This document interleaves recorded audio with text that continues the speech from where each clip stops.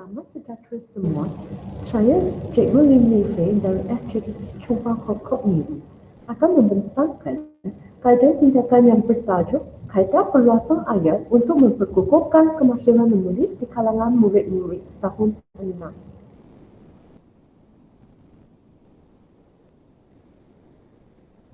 Tujuan kajian tindakan ini dijalankan bagi mengenal pasti dan menganalisis kemahiran menulis murid-murid untuk menghasilkan ayat-ayat dan gramatik.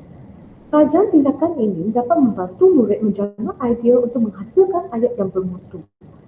Seramai 28 orang murid tahap 2 dari kelas 6G telah terlibat dalam kajian tindakan ini. Kajian yang dijalankan ini adalah berfokuskan kepada kemahiran menulis. Penggunaan kaedah perluasan ayat dapat membantu murid membina ayat yang tepat dan gramatik. Tindakan awal telah dilakukan melalui pemerhatian. Melalui pemerhatian, saya mendapati kemahiran membina ayat gramatik dalam kalangan murid-murid masih lemah dan ini mengharapkan tindakan murid-murid untuk memperluas ayat. Masa menjalankan kajian tindakan, murid-murid menulis kata kunci atau kata kerja berdasarkan gambar. Kemudian, ayat-ayat itu digunting menjadi 3 bahagian, iaitu bahagian siapa, bahagian buat apa, dan bahagian keterangan. Kemudian, murid-murid mencantumkan frasa-frasa itu supaya menjadi ayat yang lengkap. Daripada kajian tindakan ini, didapati kaedah memperluas ayat ini dapat menarik minat dan merangsang pemikiran murid. Kaedah ini dapat mengatasi masalah kebosanan murid dalam pembinaan ayat dan murid tidak lagi keliru dengan struktur ayat bahasa Melayu. Refleksi pengajaran dan pembelajaran lalu. Kegagalan murid menulis ayat yang gramatik menyebabkan hasil penulisan kekurangan isi. Ayat-ayat yang dibina juga kurang jelas maksudnya serta tidak menepati tema penulisan. Fokus kajian. Kajian ini berfokuskan kepada kemahiran menulis. Kaedah perluasan ayat dapat membantu murid membina ayat yang tepat dan gramatik di samping meningkatkan kemahiran menulis dan merangsang pemikiran kreatif murid. Kaedah ini meningkatkan pengetahuan dalam kemahiran pembinaan struktur ayat dan memudahkan mereka membina ayat yang lengkap dan gramatik. Ia juga dapat mengatasi punca kebosanan dan kekeliruan murid untuk menghasilkan ayat. Kajian ini bertujuan meningkatkan kemahiran menulis di dalam bahasa Melayu dengan menggunakan ayat tunggal atau ayat majmuk serta mempertingkatkan keyakinan murid. Kajian ini dapat meningkatkan kemahiran murid dalam membina ayat yang lengkap, mengkaji sejauh mana kaedah perluasan ayat dapat merangsang minda murid untuk menulis ayat yang gramatik, serta meningkatkan minat murid terhadap pembelajaran penulisan. Kajian yang dijalankan ini telah melibatkan 28 orang murid dari kelas 6G. Kajian ini dilakukan agar semua murid mendapat faedah dan manfaat melalui kaedah perluasan ayat. Masa menjalankan kajian tindakan ini, saya telah menggunakan 5 kaedah untuk mengumpul data. Saya telah memeriksa buku penulisan ayat murid, menjalankan ujian, temu bual, soal selidik dan pemerhatian.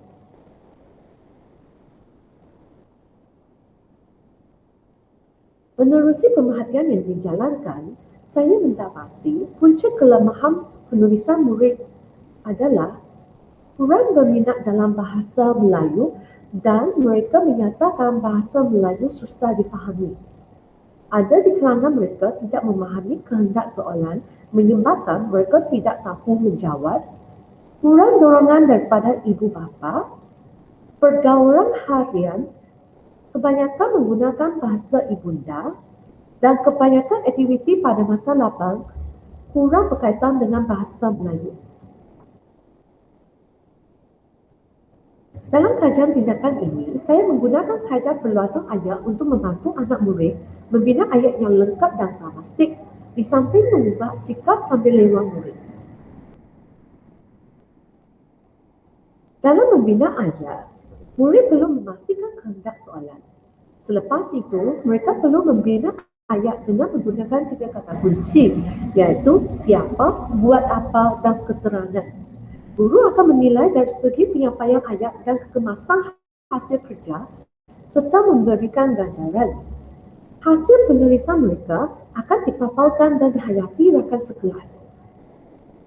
Dalam kajian ini, instrumen yang saya gunakan adalah gambar tunggal, jadual ulasan ayat, benda maujud, keratang ayat dan pertemuan. Saya telah menjalankan 4 aktiviti dalam kajian tindakan ini. Dalam aktiviti pertama, saya telah menggunakan tajuk suasana bergotong royong di kawasan sekolah. Saya telah menyediakan 6 ayat tunggal yang mudah pada kertas maju. Kemudian, ayat-ayat itu digunting menjadi 3 bahagian, iaitu bahagian siapa, bahagian buat apa, dan bahagian keterangan. Contohnya, Cikgu Arifin mengangkut sampah dengan kereta sorong. Murid-murid diminta mencantumkan frasa-frasa itu supaya menjadi ayat yang lengkap. Didapati ramai murid telah menyusun frasa-frasa itu dalam urutan yang salah strukturnya. Hal ini demikian kerana terpengaruh oleh bahasa Ibunda masing-masing di rumah. Daripada aktiviti pertama ini, ada 3 orang murid yang enggan melibatkan diri dalam aktiviti menulis ayat. Tapi selepas diberi latihan dengan menggunakan jadual, siapa, buat apa dan keterangan ini, mereka berjaya menulis ayat tunggal yang lengkap. Dalam aktiviti kedua, saya telah menggunakan tajuk suasana di pasar malam. Saya telah menyediakan pelbagai bentuk maujud seperti buah-buahan, sayur-sayuran, timbang dan sebagainya untuk membuat simulasi aktiviti-aktiviti di pasar malam. Masa aktiviti simulasi berlangsung, murid-murid berbincang sambil mencatat aktiviti-aktiviti tersebut dalam gambar yang diberi. Dalam aktiviti kedua, saya mendapati para murid termasuk murid pemulihan juga dapat menghasilkan ayat tunggal yang lengkap dan bermakna. Semua murid begitu berminat dan menunjukkan semangat bekerjasama dalam kumpulan. Bagi golongan murid yang sederhana, mereka dapat menghasilkan ayat yang lengkap termasuk keterangan yang bersesuaian dengan tema pasal mana. Dalam aktiviti kedua, saya telah menggunakan tajuk suasana berkelah di tepi sungai. Kaedah yang digunakan masih sama, iaitu siapa, buat apa dan keterangan. Tetapi kali ini, murid dapat menjelaskan ayat menjadi ayat masyhur yang matang. Contohnya, Ibu Meling mengeluarkan makanan yang sedap dari bakul untuk dihidangkan kepada ahli keluarganya. Daripada aktiviti ketiga ini, murid mampu membentuk ayat yang gramatik dan mereka telah diberi pujian oleh guru. Mereka telah diberi ganjaran seperti tepuk-tepuk sayang dan penanda buku. Hasil tulisan mereka ditampal pada sudut bahasa Melayu untuk bacaan orang ramai. Saya mendapati murid-murid menjadi lebih yakin kepada diri sendiri dan berlumba-lumba untuk meluahkan pendapat masing-masing semasa PDP dijalankan. Dalam aktiviti keempat, saya menggunakan tajuk suasana di Taman Rekreasi. Kaedah yang digunakan masih sama, tetapi kali ini respon untuk memberi pendapat masing-masing amat menggalakkan. Murid-murid pemulihan pun tidak lagi berasa segan untuk menyampaikan idea masing-masing. Rakan sekelas juga berpeluang memperbetulkan kesalahan ayat dari segi tata bahasa dan struktur ayat yang dilakukan oleh rakan sekelas mereka.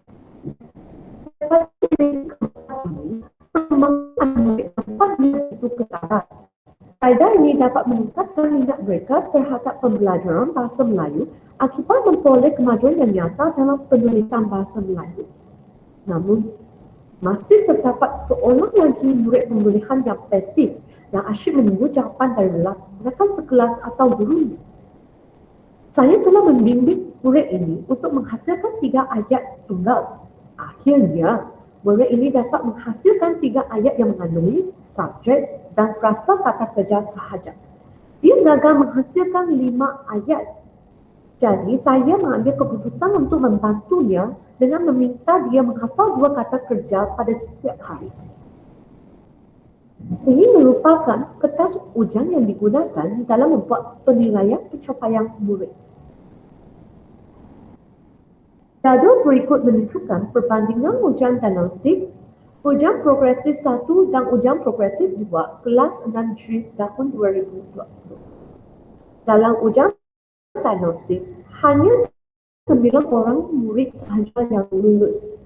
Tetapi dalam ujian progresif 1 dan 2 terdapat perkembangan yang besar.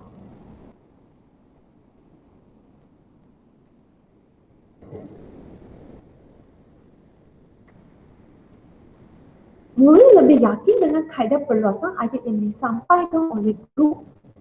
Kaedah ini dapat menarik minat dan merangsang pemikiran murid, terutama dengan mereka yang lemah kemahiran membina ayat yang lengkap dan pasti.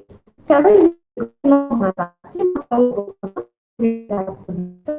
Murid juga tidak lagi terlalu dengan ayat bahasa Melayu dan menghasilkan ayat yang betul. Dan pemerhatian saya dalam aktiviti yang dijalankan, saya mendapati kumpulan murid dan pemulihan, mereka dapat menulis ayat yang lengkap. Dalam kumpulan murid yang sederhana pula, mereka menunjukkan perluas ayat-ayat dengan menggunakan kata hubung, kata adjektif dan frasa-frasa yang bersesuaian untuk membentuk ayat majmuk. Saya juga sedar bahawa saya perlu kreatif dalam penyampaian PDP dan menarik perhatian mereka.